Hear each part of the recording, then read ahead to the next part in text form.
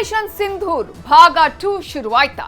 ಪಾಕಿಸ್ತಾನದಲ್ಲಿ ಎಲ್ಲೆಂದರಲ್ಲಿ ಸ್ಫೋಟವೋ ಸ್ಫೋಟ.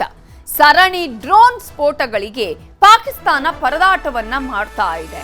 ಇದೀಗ ಆಪರೇಷನ್ ಸಿಂಧೂರ ಯಶಸ್ವಿಯಾಗಿದೆ. ಆಪರೇಷನ್ ಸಿಂಧೂರ್ ಭಾಗ 2 ಶುರುವಾಯ್ತಾ? ಯಾಕಂದ್ರೆ ಇಲ್ಲಿಗೆ ನಿಲ್ಲಿಸಬಾರ್ದು ಅನ್ನುವಂತಹ ಆಗ್ರಹ ಎಲ್ಲ ಕಡೆ ಕೇಳಿ ಬರ್ತಾ ಇದೆ. ಈಗಾಗಲೇ ಉಗ್ರರ ಅಡಗುತಾಣಗಳನ್ನ ಇದೀಗ ನಿರ್ನಾಮ ಮಾಡಲಾಗಿದೆ 9 ಕಡೆಯಲ್ಲಿ. ಆದ್ರೆ ಇನ್ನೂ ಹೆಚ್ಚಿನ ಸಂಖ್ಯೆಯಲ್ಲಿರುವಂತಹ ಚಾನ್ಸಸ್ ಇದೆ.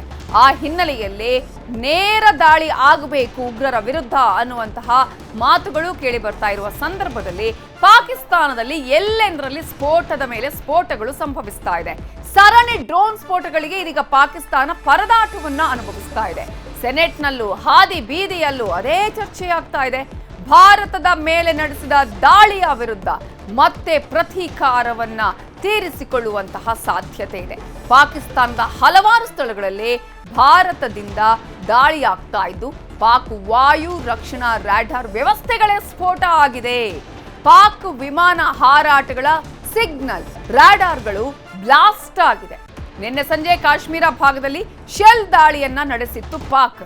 ಆದರೆ ಪಾಕ್ನ ವಾಯು ರಕ್ಷಣಾ ರಾಡಾರ್ ಅನ್ನ ಉಡಾಯಿಸಿ ಭಾರತ ತೀಕ್ಷ್ಣವಾದ ತಿರುಗೇಟನ್ನ ಕೊಟ್ಟಿದೆ.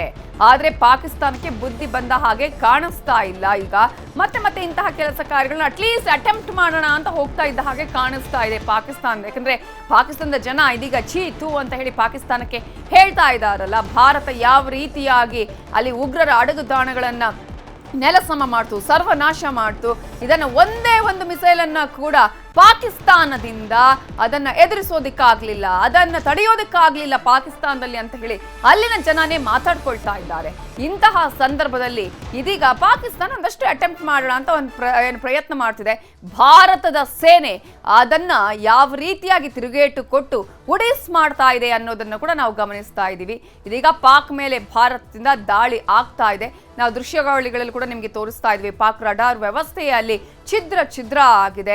ಹಲವಾರು ಸ್ಥಳಗಳಲ್ಲಿ ಭಾರತ ದಾಳಿಯನ್ನ ಮಾಡಿದೆ. ಪಾಕಿಸ್ತಾನದ ಅನೇಕ ಸ್ಥಳಗಳಲ್ಲಿ ಈಗಾಗಲೇ ಸ್ಫೋಟದ ಮೇಲೆ ಸ್ಫೋಟಗಳು ನಡೀತಾ ಇದೆ. ಅಲ್ಲಿನ ಜನ ಆತಂಕದಿಂದ ಹೊರಗೆ ಬರ್ತಾ ಇದ್ದಾರೆ. ಪಾಕ್ ವಾಯು ರಕ್ಷಣಾ ರಾಡಾರ್ ವ್ಯವಸ್ಥೆಗಳೇ ಅಲ್ಲಿ ಸ್ಫೋಟ ಆಗಿರುವಂಥದ್ದು. ಎಷ್ಟು ಮಾತ್ರ ಅಲ್ಲ, ಇದೀಗ ಪಾಕ್ ವಿಮಾನ ಹಾರಾಟಗಳ ಸಿಗ್ನಲ್ ರಾಡಾರ್ಗಳು ಕೂಡ ಬ್ಲಾಸ್ಟ್ ಆಗಿದೆ. ಒಂದ್ ಕಡೆ ಈ ರೀತಿಯಾದಂತಹ ಸ್ಫೋಟದ ಸದ್ದು ಕೇಳಿ ಬರ್ತಾ ಇದ್ರೆ ಪಾಕಿಸ್ತಾನದ ಲಾಹೋರ್ನಲ್ಲಿ ಸ್ಫೋಟದ ಸದ್ದು ಜೋರಾಗಿ ಕೇಳಿ ಬಂದಿದೆ. ಲಾಹೋರ್ನ ವಾಲ್ಟನ್ ರಸ್ತೆಯಲ್ಲಿ ಸ್ಫೋಟದ ಸದ್ದು ಬಹಳ ದೂರದವರೆಗೂ ಕೇಳಿ ಬಂದಿದೆ. ಒಂದರ ಹಿಂದೆ ಒಂದರಂತೆ 3 ಬಾರಿ ಈ ಸ್ಫೋಟದ ಸೌಂಡ್ ಕೇಳಿಸಿದೆ. ಆ ಸಂದರ್ಭದಲ್ಲಿ ಜನ ಭಯದಲ್ಲೇ ರಸ್ತೆಗೆ ಓಡೋಡಿ ಬಂದಿದ್ದಾರೆ. ಲಾಹೋರ್ನ ಆಕಾಶದಲ್ಲಿ ದಟ್ಟ ಹೊಗೆ ಕಾಣಿಸ್ಕೊಂಡಿದೆ. ಆ ಭಾಗದ ಜನ ಆತಂಕದಿಂದ ಹೊರಗೆ ಓಡಿ ಬಂದಿದ್ದಾರೆ.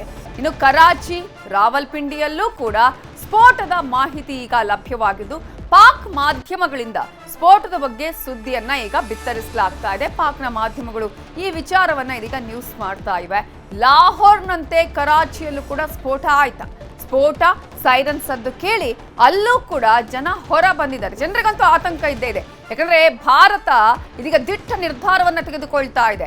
ನಮ್ಮ ಜನ ಅಥವಾ ಪಾಕಿಸ್ತಾನ ಸೇನೆ ಆಗಿರ್ಬೋದು, ಅಲ್ಲಿನ ಉಗ್ರರು ಮಾಡಿರುವಂತಹ ಕೆಲಸಕ್ಕೆ ನಾವೆಲ್ಲರೂ ಸಾಯ್ಬೇಕಾ ಅನ್ನುವಂತಹ ಪ್ರಶ್ನೆ ಆ ಭಾಗದ ಜನರನ್ನ ಈಗ ಸಹಜವಾಗಿ ಕಾಡುತ್ತೆ.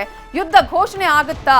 ಭಾರತ ಅಂತೂ ಈ ಸಲ ಬಿಡುವ ಹಾಗೆ ಕಾಣಿಸ್ತಾ ಇಲ್ಲ. ದಿಟ್ಟ ನಿರ್ಧಾರ ತೆಗೆದುಕೊಳ್ಳುತ್ತೆ, ಕಠಿಣ ಕ್ರಮ ಕೈಗೊಳ್ಳುತ್ತೆ.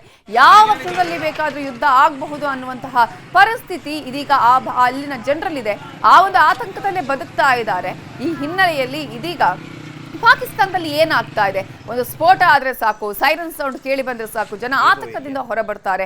ನಿಜಕ್ಕೂ ಸ್ಫೋಟ ಆಗಿದೆಯಾ ಅಥವಾ ಪಾಕಿಸ್ತಾನ ಬೇಕು ಅಂತಾನೆ ಈ ರೀತಿಯಾಗಿ ಭಯ ಬೀಳಿಸ್ತಾ ಇದೆಯಾ ಅನ್ನುವಂತಹ ಪ್ರಶ್ನೆಯನ್ನು ಕೂಡ ಹುಟ್ಟು ಹಾಕಿದೆ. ಏನ್ ಬೇಕಾದ್ರೂ ಮಾಡುತ್ತೆ ಪಾಕಿಸ್ತಾನ.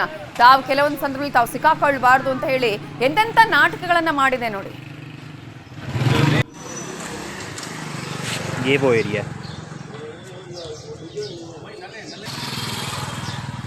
एरिया